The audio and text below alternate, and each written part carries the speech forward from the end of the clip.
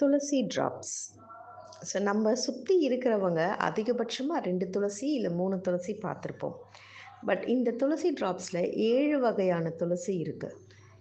இதோடைய பலன்கள் அப்படின்னு பார்த்தோம் அப்படின்னா, நமக்கு இப்போ சளி இருமல் இருக்குது அப்படின்னா, நம்ம எடுத்துக்கக்கூடிய சில மாத்திரை மருந்து அந்த சளியை உள்ளே கட்டி வச்சிடும்.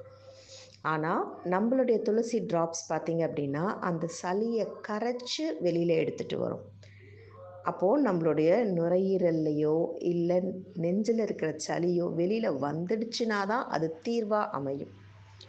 அதையும் தாண்டி இந்த துளசி ட்ராப்ஸை ரெகுலராகவே நம்ம எடுத்துக்கலாம்.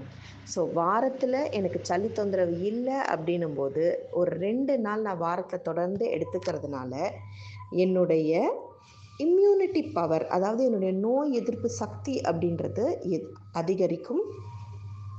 அதையும் தாண்டி ஜீரணத்துக்கு இது உதவும். அல்சர் போன்ற விஷயங்களை ஆத்துறதுக்கும் இந்த துளசி ட்ராப்ஸ் நமக்கு பயனுள்ளதாக அமையும்.